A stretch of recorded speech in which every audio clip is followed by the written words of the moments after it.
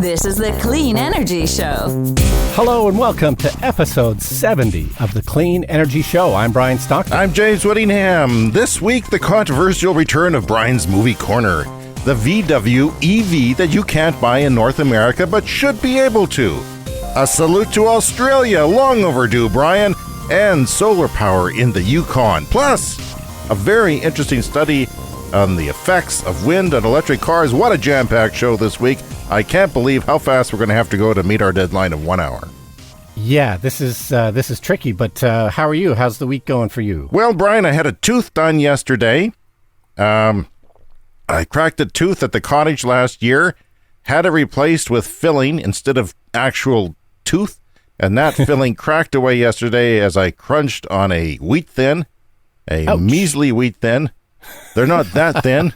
There is wheat in them. And I crunched it and broke my tooth, so I had to go get that fixed. And I changed my dentist because I have a much more preferable dentist now. Wow, that's like, you're old when you crack your tooth on a wheat thin. Yes. See, that's what I've been thinking at the back of my mind, because my dentist always says, "You have strong teeth, James. Good job." And what are you talking about? And that's because my teeth have not all disintegrated. Well, now they're starting to. So yes, middle age is here. My teeth have run their course. And I will be nothing but gums soon, Brian. I won't be able to speak clearly. My son has a job as a frontline worker at a grocery store. He came home one day. No, he phoned. He phoned before coming home from work. And he said, "Tell Dad that I found the perfect donut." Because I used to rave about the donuts at Superstore as the best chocolate dip donut that you can buy. And I like the Safeway ones, but go ahead. No. You amateur.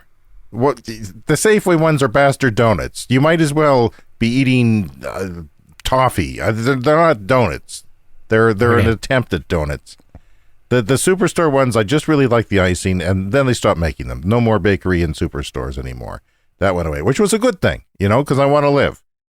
I don't have a terrible donut addiction, Brian, but I do enjoy it, and I am always in the quest for the perfect donut, because there used to be Danny Donuts downtown where I used to catch the bus when we were kids. Even people we know aren't old enough to realize what that was like. And I remember the smell. My son phones up and he said, "Dad, I've had the donut here. It's better than Superstore, and you have to believe me." He was right.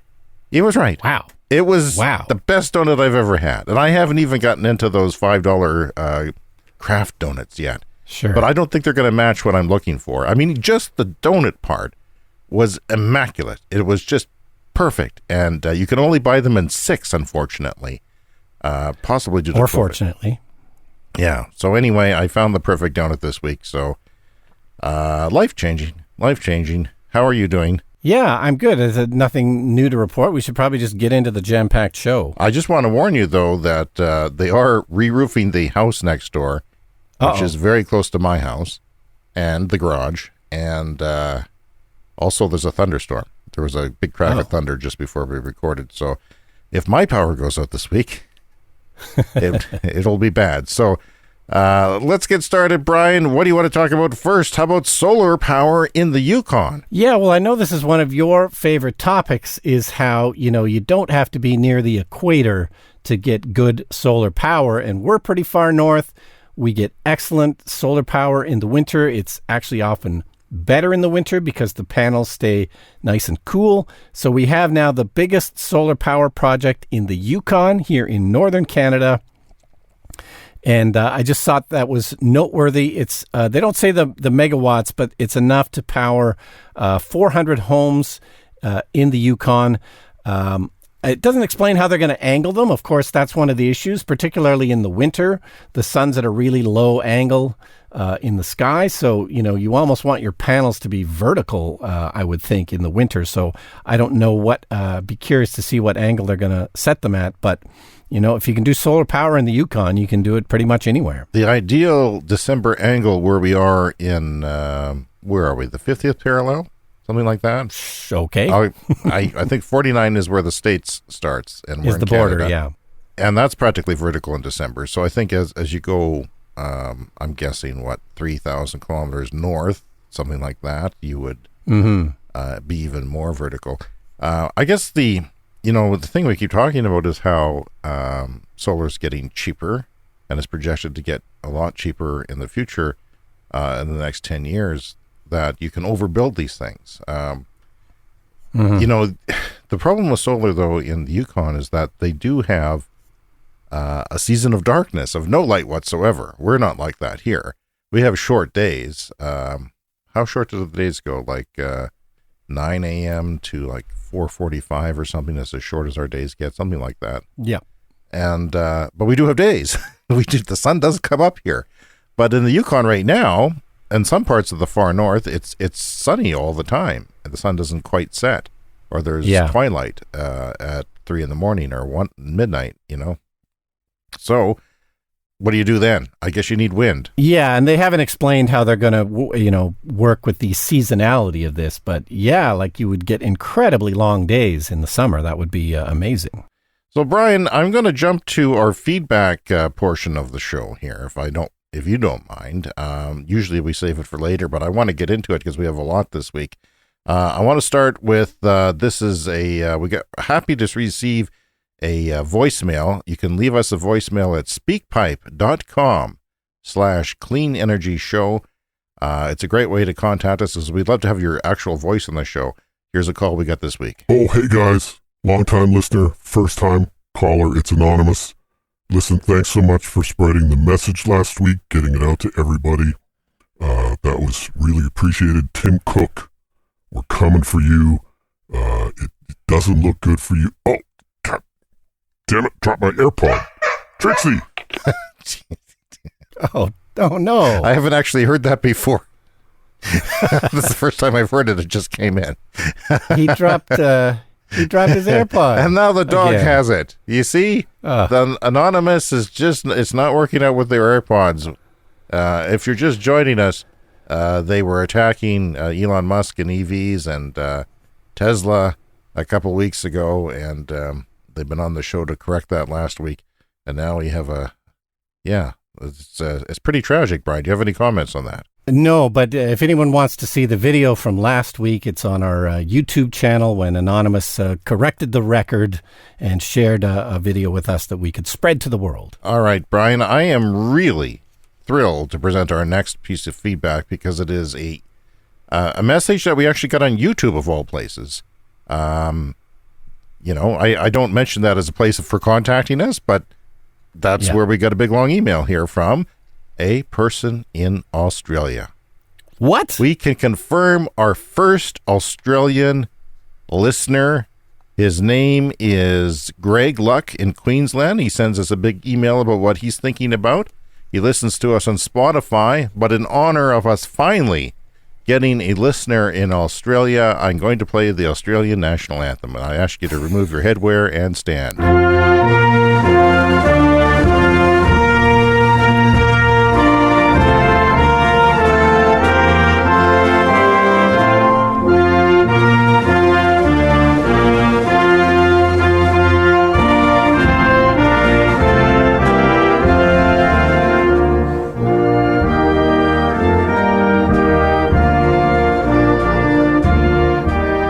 Australia, as you know, has a population of 25.5 million. The population breakdown is 90% urban. The capital is Canberra with 462,000 people. The main language is English. And the golden wattle is their national flower. It is not a Republican sexual position. So we salute Australia. Wow, that's fantastic. All right. And we'll get to your email now from Australia. See, we've been kind of upset that we haven't had an Australian listener. We kept saying, if you're listening from Australia, let us know. We've been doing this for 6 months on and off, Brian. And we finally have a bite. So it says, hi, guys. I am from Queensland, Australia, and I listened to your podcast on Spotify yesterday. The one where you said Australians don't listen to your show, smiley face. And he says the Cali coal plant station turbine explosion caused a 2-hour blackout from the Gold Coast to Cairns. This in turn caused frequency problems on the national grid, which were helped by the Hornsdale Big Battery. This is the Tesla battery installation that was put on the Australian grid a couple of years ago, and it was at the time the largest grid storage battery, and it was to combat these exact issues that they've been having in Australia. All right, he goes on to say, in Australia, the states are moving ahead with decarbonization with a federal government which seems to resist.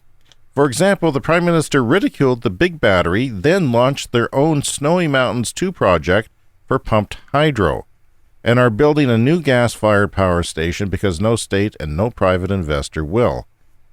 You know, this sounds familiar, friend. It's very much like what's going on around here. For someone who installed a 10-kilowatt rooftop solar system 11 years ago and who drives a Tesla Model S and owns a sailboat, this is very trying. Well, you have our sympathies, Greg. Keep up the good work, your lone Australian audience. So that's Greg in Queensland. Thank you so much, Greg, for having the courage to come forward and admitting that an Australian does listen to our show. And we love Australia, don't we, Brian? It's our sister country. Yeah, well, I think that we should double down. Now that we have a single Australian listener, I think we should pretty much focus the show on Australia, or really on what Greg wants. So, Greg, what do you want us to cover? Whatever you want, Greg, we'll cover it. And, we're coming across Australian stories all the time. Have another letter here. Mike from Saskatoon says, great show this week, guys.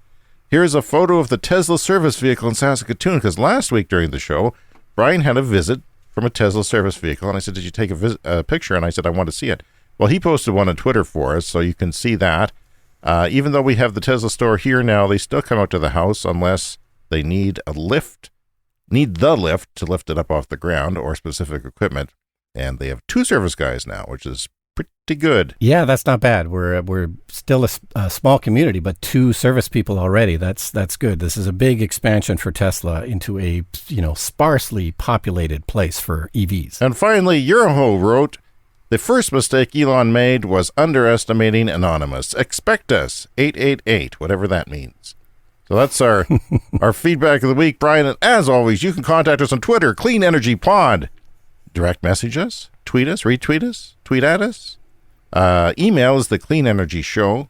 Email is cleanenergyshow@gmail.com. And voicemail is, like I said, speakpipe.com/cleanenergyshow. And yes, we are on YouTube if you'd like to get a hold of us there as well, or just watch our videos, which would be very nice. We don't have a lot of videos right now. It kind of fluctuates over the time. Coming up later, we're going to look at the EV of the week, which is the Volkswagen ID.3. And you cannot buy it in North America.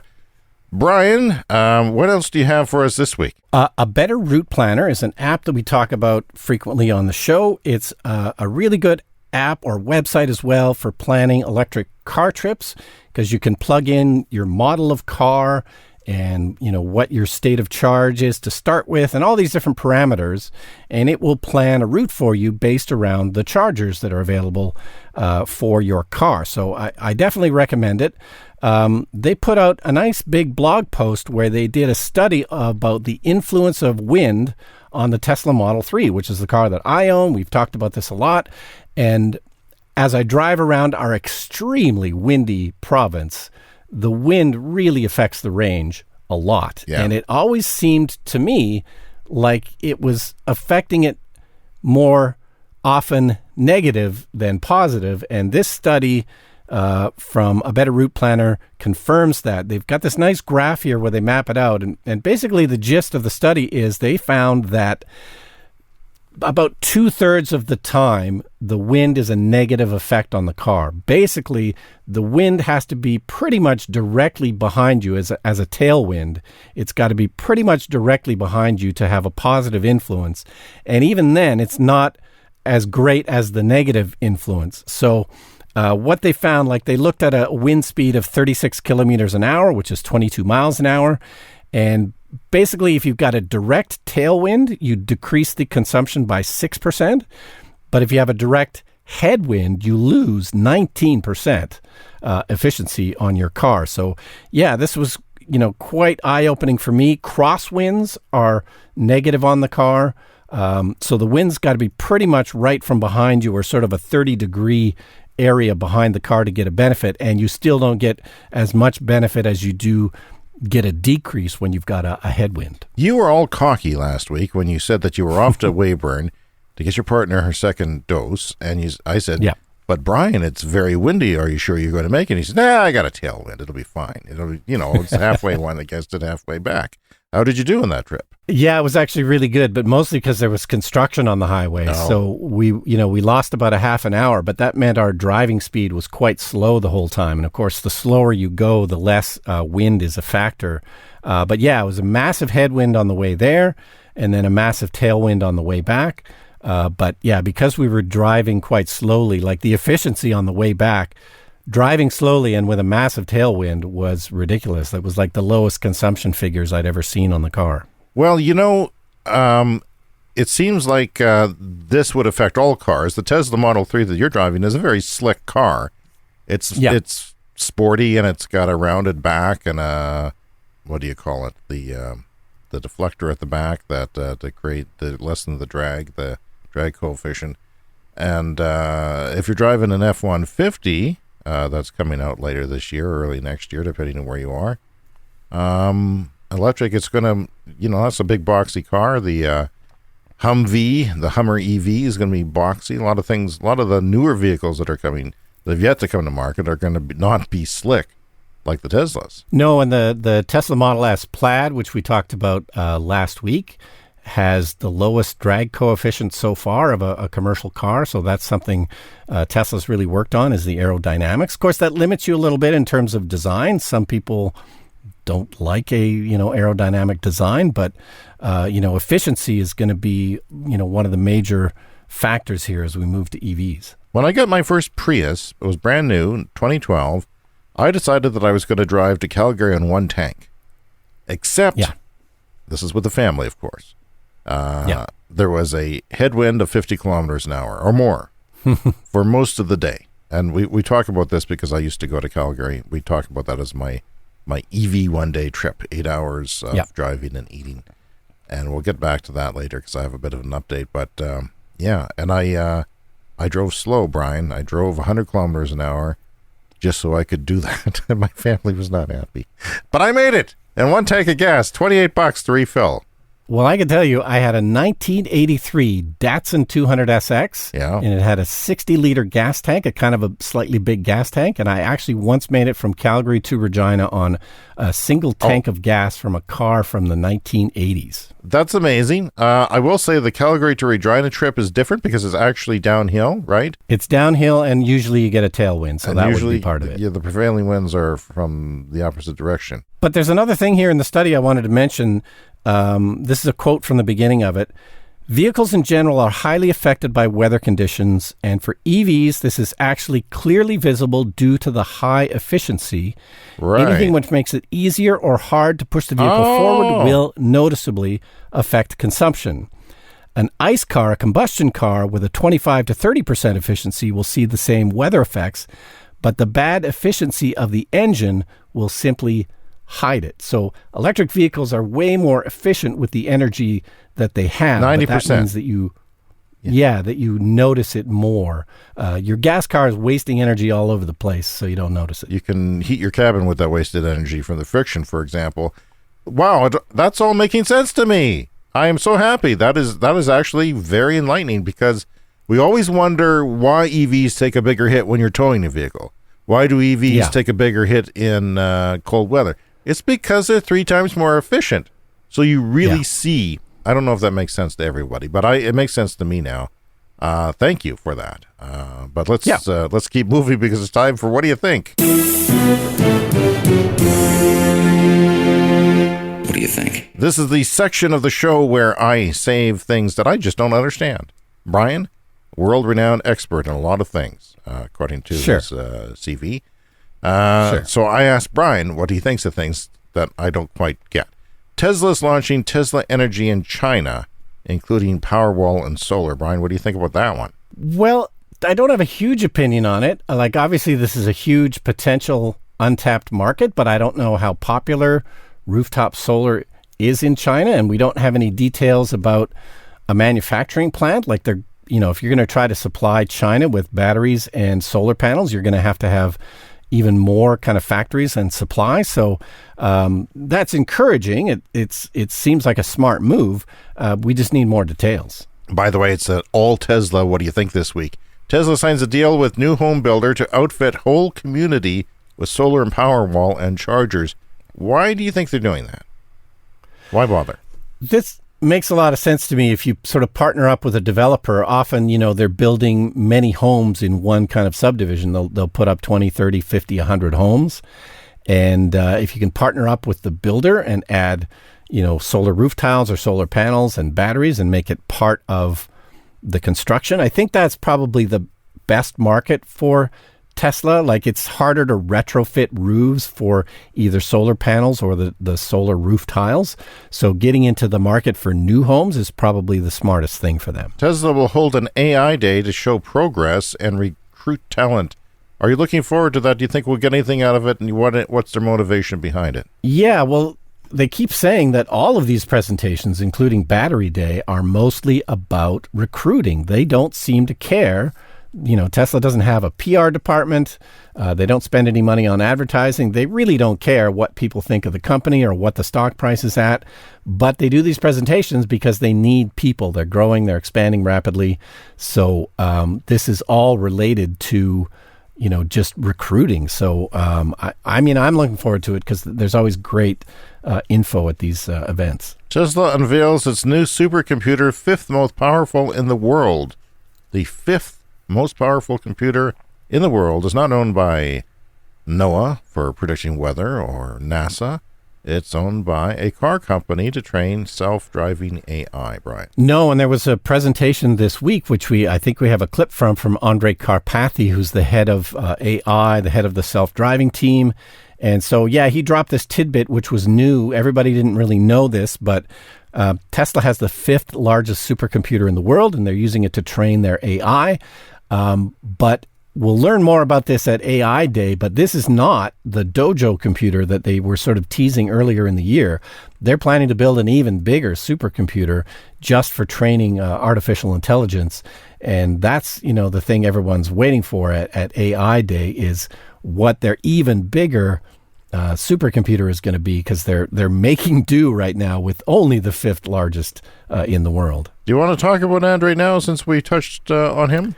What's the deal? Yeah, let's have a clip. So he gave this presentation, and again, the main goal was recruiting. This is a presentation to the kind of AI community. Basically, the issue is that we have these metallic objects traveling incredibly quickly and with very high kinetic energy, and we are putting meat in the control loop into the system. And so this is quite undesirable. And really fundamentally what it comes down to is people are not very good at driving. They get into a lot of trouble and accidents. They don't want to drive. And also, in terms of economics, we are involving people in transportation. And of course, we'd like to automate transportation and really reap the benefits of that automation in society. He is, well known as the head of AI and perhaps the leading artificial intelligence guy in the world. So we'll hear a lot from him probably on Tesla AI Day. Okay. How do you feel about where AI is going with Tesla? Are you pretty, after watching his presentation? Yeah, I really got the feeling that they've basically solved it. Like they're just putting the final icing on the cake. But that was the sense I got from his presentation, that they've already removed radar in their cars that are shipping to the public, and this is not in any way a concern. They're fully confident in what they're doing, which is a fully vision-based system. Yeah, I think they've basically solved it. So cameras with a computer interpreting just like a human brain or something like it, instead of LiDAR and radar, right? Yeah, and I thought one of the most interesting things from his little presentation there was how, they can collect data, they can collect the video data and then analyze it in the lab at, sort of slower than real time. So the cars in real time can perform a lot of these things, but the more complex training things they can basically do in the lab at a slower speed. And so, like as an example, say you've got bad weather conditions, like it's foggy or something, and, there's a blob ahead on the road and, you can't really tell what it is. Well, in the lab, they can just move the video forward 2 seconds and then, it's obvious that's a truck. And then they can back the video back up 2 seconds and it can track that blob. And then it knows that blob it could barely see. It knows that's a truck. So it's a way of kind of training the computer through time. Like, this is mind-blowing stuff. Okay. Well, we look forward to talking about it on future shows and tracking the progress. When is AI Day, by the way? It's in about a month. It's in about a month, in the middle of summer. Tesla built its own Model 3-based police car to test in the UK and to see what the UK emergency vehicle market might be like. I thought it was a bit unusual. They haven't done anything like that before. They usually let police departments build their own cars, right? Yeah, lots of police departments have done it. It makes complete sense that police vehicles would be electric because they drive a lot of miles, they idle a lot, and that's, bad with a gas car. All right, this has been another edition of What Do You Think? What do you think? Brian, you are considering, and I find this surprising, that you have a cottage 2 hours away. Is that fair to say? About 2 hours away? Yep. On a lake. Came down from your relatives before you. Passed along, and it's old. I've been there. It's got a really nice location. It's right on the lake. You're surrounded by $1 million houses because they've torn down the old cottages and built new, and it's yours is rustic and humble and shameful compared to the $1 million houses. And you're thinking, what should I do?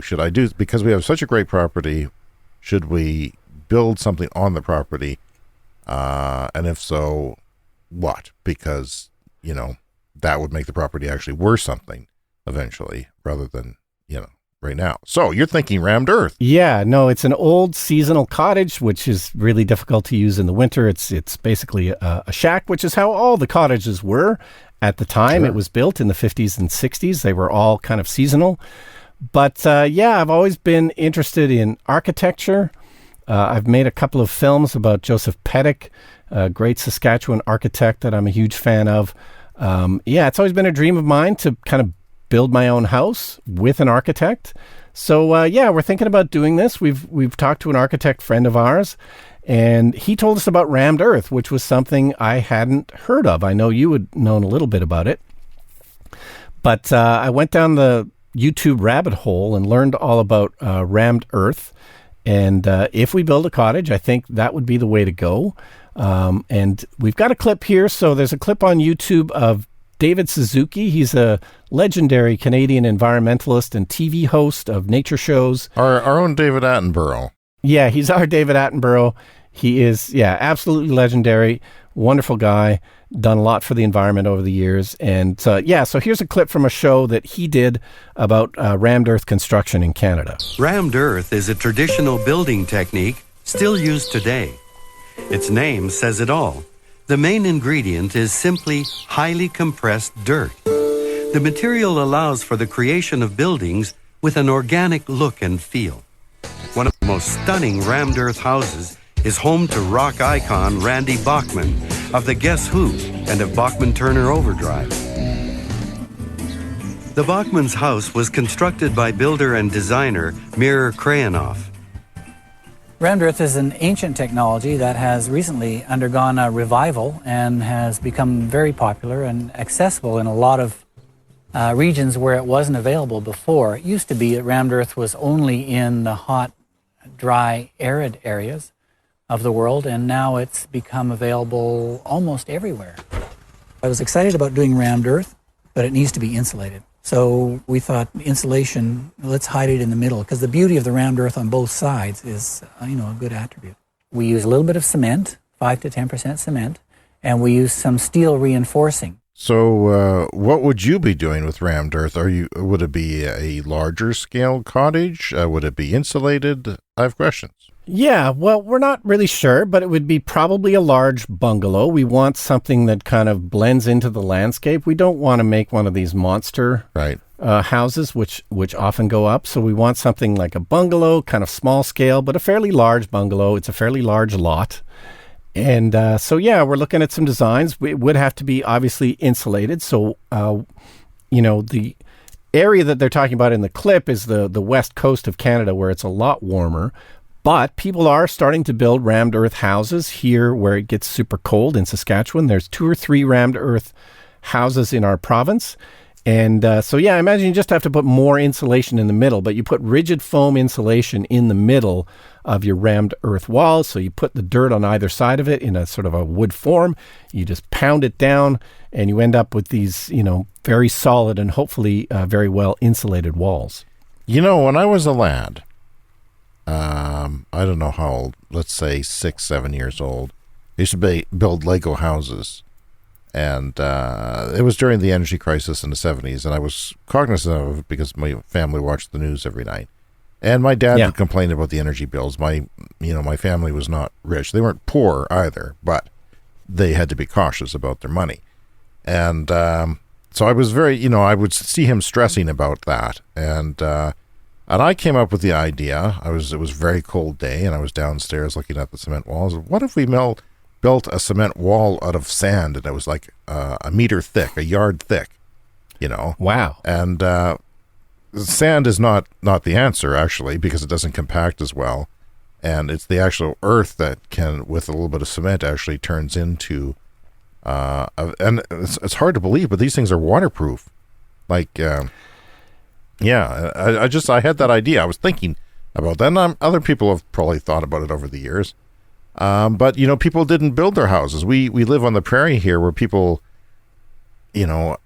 amazingly came and lived from Europe and were given a piece of land and discovered that it got to 45 below Celsius and Fahrenheit in the winter sometimes. I don't know how they survived with these rickety houses that they built. They didn't have insulation, and they weren't building straw bale or rammed earth. They were just building wood construction with holes in them and wood stoves. And sod houses, sod shacks were kind of a thing around sod here. Sod would be the deluxe version, Yeah.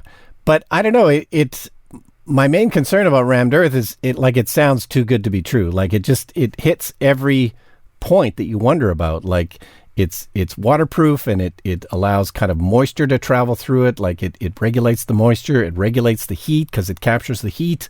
I'm just wondering what's the catch, because it sounds too good. All right, Brian, we're going to keep covering this story as you move towards the idea of tearing down your cottage, your cabin, and building a rammed earth version. So it would have to be insulated because you would use it year round. You'd go there and retire and sit by the... There'd be no point in building something that wasn't year round. So we'd want to make sure that it was hopefully,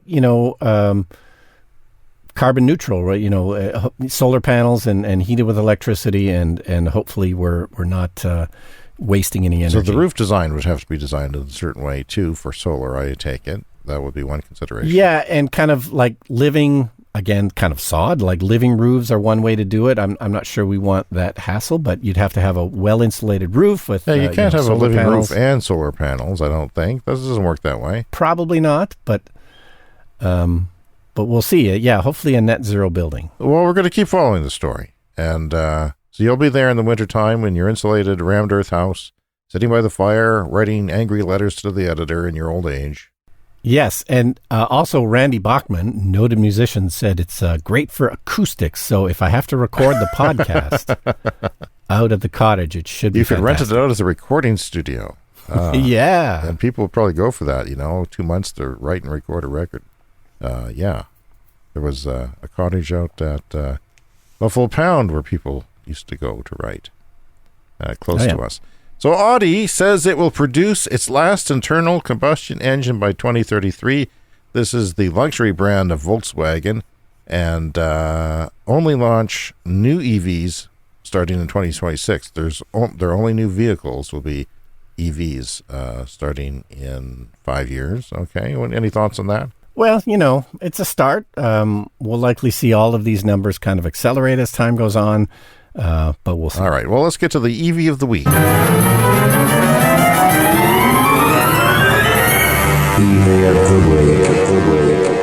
I, Brian Stockton, wanted to talk to you about the ID.3, the small hatchback it's not terribly small, but we talk a lot about the ID.4 because it's very affordable. And I was thinking about getting one. And I've been watching the Euros with my son, and they're always constantly advertising the ID.3 and the ID.4 there. And you can't get the ID.3 here, so I thought I would look into it. In previous weeks, we've talked about my ideal one-day trip to the mountains in Canada, and that is 8 hours, basically, of driving and eating. And my criteria was 30 minutes plus 30 minutes charging, maybe another little charge stop after that. But this is the idea that we want everyone to buy an EV. And everyone will if you have sort of the same experience as you do in a gas car outside the city. Inside the city, no problem whatsoever. Also, I just wanted to mention the ID.4 all-wheel drive is getting released for the U.S. with a new price and range and a built-in tow hitch standard, which I find cool because then you can automatically put on a bike hitch or extra storage for the highway or, things like that, or tow a trailer full of sod or whatever, for your roof. 2,700 pounds towing capacity, which is a little disappointing, but, fairly useful. Anyway, the ID.3 is the Golf-sized, slightly smaller than a Leaf car. I think it's got a little less cargo room than the Leaf, but it's pretty good. It can do the best version of the Leaf, or of the ID.3 from Volkswagen, can do the Calgary trip with 2 charges for 30 minutes, which is great. That's the best version. Can't buy it here, though. They're only selling it in Europe. Yeah, that's too bad. Of the two, the ID.3 is the one that I would prefer. That would be a great kind of second car for us, like, more of a city car maybe, and use the Tesla more on the highway. But yeah, I would consider buying an ID.3, absolutely. Yeah, and it's got fairly good reviews, and the thing is that it's fairly pricey. That it's almost as pricey as the ID.4, and you get so much more for the ID.4 with cargo and room. Like, it's a big vehicle, the ID.4. And, the all-wheel drive is an option there, too. So the mid version of the ID.3 is 30 minutes plus 30 minutes plus 9 minutes, which isn't bad, which is acceptable for me. Because I'm not making those highway trips all the time. I'm not making that one-day trip to Calgary all the time.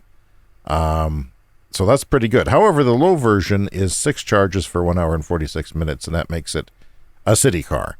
So the pure performance Volkswagen ID.3 is available in Europe for around $39,000 US, which is pretty close to what the $45,000 ID.4 is.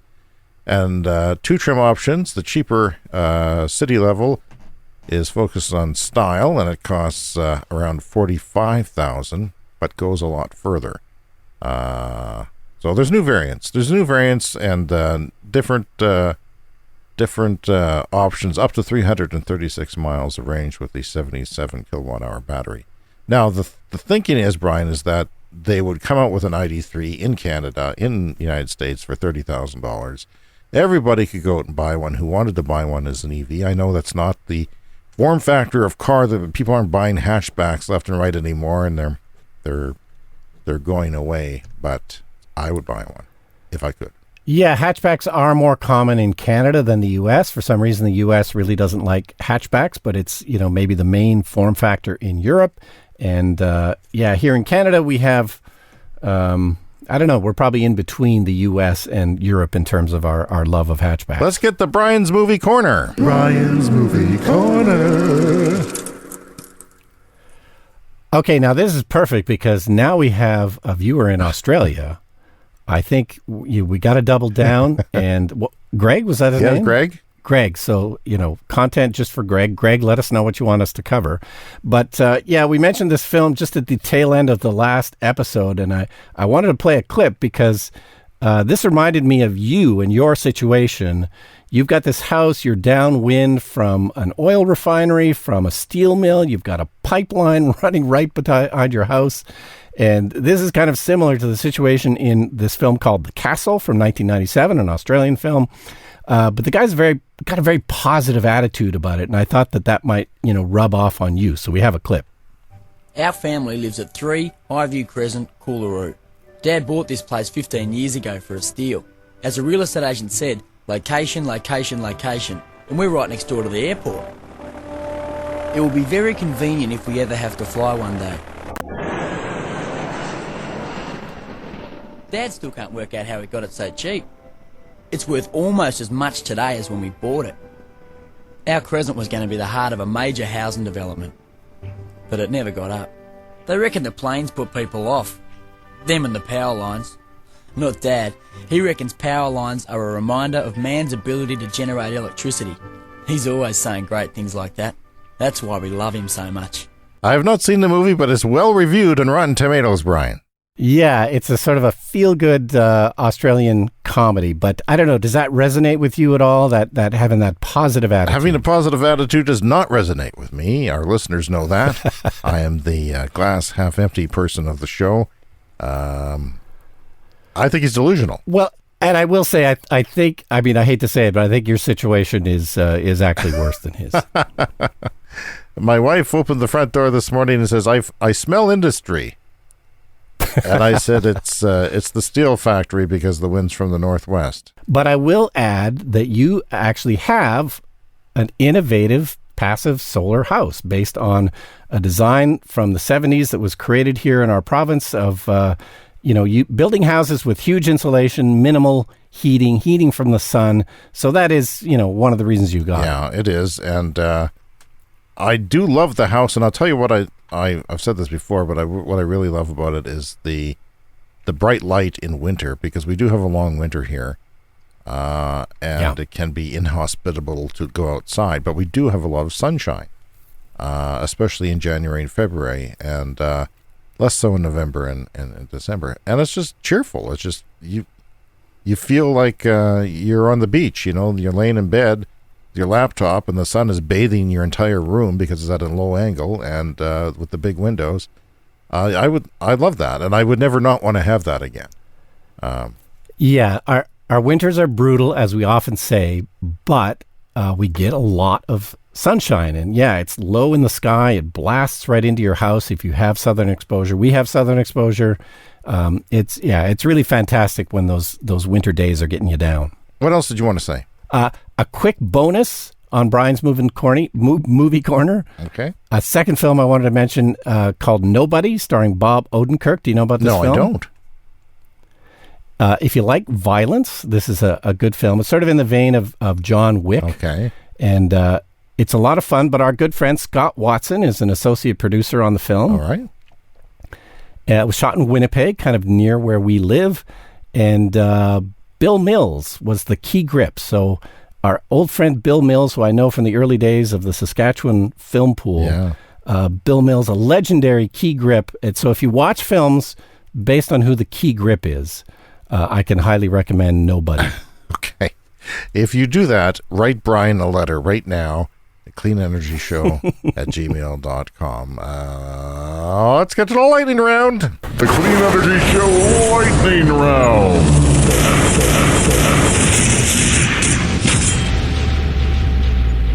This is where we clean up the headlines from the week and go through them very quickly and get on with the show. Tesla tops Cars.com. American-made index, a first for EVs. Now, what this is, Brian, is the index of American-made cars that contribute to the American economy. This means that Tesla now contributes more to the American economy than any other automaker. Amazing. Wow. That's impressive. Ford, nothing. Nothing at all. I can hear them working on my neighbor's roof. Yeah, no, and the Ford Mustang Mach-E, their current electric car is made in Mexico, so it doesn't quite count, I guess, in this index. Right. So it doesn't contribute to the economy as much. You know what they're doing next door? They're putting on one of those little glass domes, so you have a sort of a sun tube down for sunlight. Yes. Oh, yeah. Is that what they're called? Yeah, the sun tube. I used to admire those. I used to want one. And now I'm thinking, no, it'll just leak. It's like a modern version of a skylight, except it's, you can just buy an LED bulb and just tune it to daylight and you'll be good to go. You're not, Yeah. There's sort of fake skylights that you can get that emulate the sunlight. So that might be a way to go. Should get. Tesla Model Y taxi service might be required to buy gas cars before it is allowed to deploy their EV fleet. This is just one of those crazy things where, and I think the Model Y would make an excellent taxi, don't you? Oh, yeah, for sure. But I didn't quite understand this story about why they have to buy gas cars. Well, Brian Stockton, it is a startup company that unveiled its plans to launch the Model Y rideshare service / taxi in New York back in April. But New York City actually made them buy 50 gas cars before it could deploy its fleet, just because of one of their weird regulations. And they've had to sort of just deal with that. With the number and reach of autonomous vehicle trials spreading, more global jurisdictions are legalizing autonomous vehicles. And we've talked about that recently on the show. So more people, like even our jurisdiction, has talked about it at the city council level. We should get in on that. And I know there's some cities outside Toronto in Canada that are saying, hey, test your vehicles here for winter. Because we want, it's positive press, free press, to get mentioned anytime you're mentioned in the news. And money gets dropped, like computer people will get flown in, and it increases your tech cred. So, yeah, that's expanding, and that also means that autonomous vehicles are coming soon. Check last week's show for my prediction of when. Tesla's announcing the opening of the longest supercharger route in China along the Silk Road, 5,000 kilometers of supercharging. That's a long trip. That's not my James Day trip to Calgary. Yeah, well, it's probably not as big as the Trans-Canada Highway, but be close. Yeah, and the Trans-Canada is mostly covered. So Tasmania, in Australia news, the Australian island state is already net zero greenhouse gas emissions and is 100% powered by renewable energy right now today, Brian. And next, guess what it's doing next? It's going to 200%. Now, the question is why? I don't understand why, and I don't have the answer to that. I assume they want to export and just have all their power in a cloudy day covered and export the rest of it and sell it to someone else. Yeah. But anyway, congratulations to Tasmania. Not just known for their devils, Brian. Okay, Lyft, DHL, IKEA, and others are calling for a net zero new vehicles by 2030. This is a sort of a loose organization of these different companies that have gotten together and said, all vehicles that we buy should be net 30, and we want other people, or should be net zero by 2030. In other words, EVs. Your thoughts? Yeah, I mean, it makes sense. IKEA has been working on several other kind of environmental initiatives. They're trying to clean up their act. They haven't always been the most environmentally friendly with kind of, semi-disposable furniture, but, move in the right direction. So it's the end of an era. The largest energy company in the United States, as measured by retail electricity produced and sold, has raised, as in RAZE, its last coal plant. It's blown it up. They blew it up. And I replace it with a 75 megawatt solar farm on 500 acres nearby. So the grid that the coal plant tied into will be tied into a modest, not a crazy big. It's about 2.5 times the size of the ones we're getting here, which are small. But it's got 41 other solar plants. So that's the largest energy company in the United States is blowing up coal plants and building solar because money. Literally. And of course, in Australia, they just blow up on their own.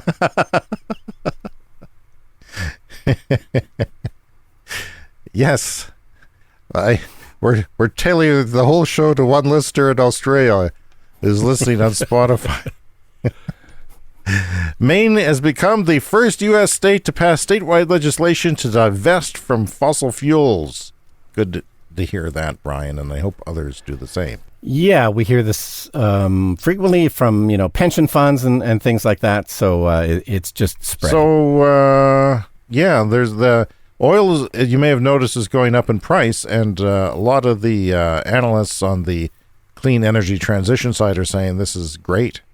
It's good that oil prices are going up. One of the best things that can happen for climate change is a sharp oil price increase that incentivizes the move away from fossil fuels. So keep going, oil. We need you to keep going up. Canada's new energy reality. Jobs in the clean energy sector are projected to grow by 50% by 2030, while jobs in the fossil fuel sector decline 9%. Jobs in the fossil fuel sector are declining regardless of the transition because of efficiencies, and they have to lower the price per barrel that they can make money at. Like the oil sands is getting down to like $28 from $80 a few years ago or something ridiculous like that. So they're reducing jobs, Brian, and it's just not a good industry to be in. But they're going to blame it on communists like you and I who just want clean energy. No, and clean energy jobs are growing rapidly. They're estimating 639,000 clean energy jobs by 2030 just in Canada. This is enormous. It's already bigger than like the real estate industry or something, like the number of people in real estate. It's already dwarfed by clean energy jobs. So, get out of oil, get into clean energy. All right. The ID.4 all-wheel drive, by the way, which is just getting launched in the States, is $36,000 US with the incentives included. But that's pretty good for an all-wheel drive SUV. That's going to compete with gas cars very well. It's certainly the most affordable all-wheel drive electric vehicle on sale in the United States right now. So, looking at 20,000 plus used EV sales in China, the analysis shows that the value of those vehicles dropped by an average of 45% after a year, and 58% after 2 years, 67% after 3 years. There's a number of factors, but not good for used. Is it the Chinese product that's not good, or what? I imagine it's because there's a lot of those lower cost vehicles. So Tesla's not the number one. The number one makes a super small golf cart kind of car. So yeah, it kind of makes sense that those would depreciate more quickly if that's the bulk of what's being sold. All right, let's get done with the show then. Volvo announces new 50 gigawatt battery factory in Europe in partnership with Northvolt. And just before going to air this morning, I heard of other battery factories. It's probably an average of one a day.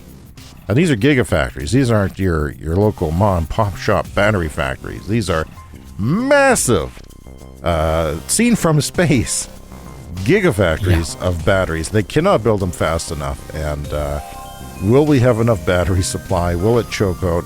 We don't know, but that's our time for this week, Brian.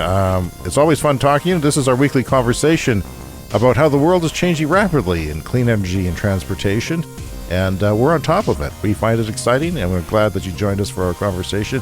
We'll talk again next week, Brian. Yeah, see you next week.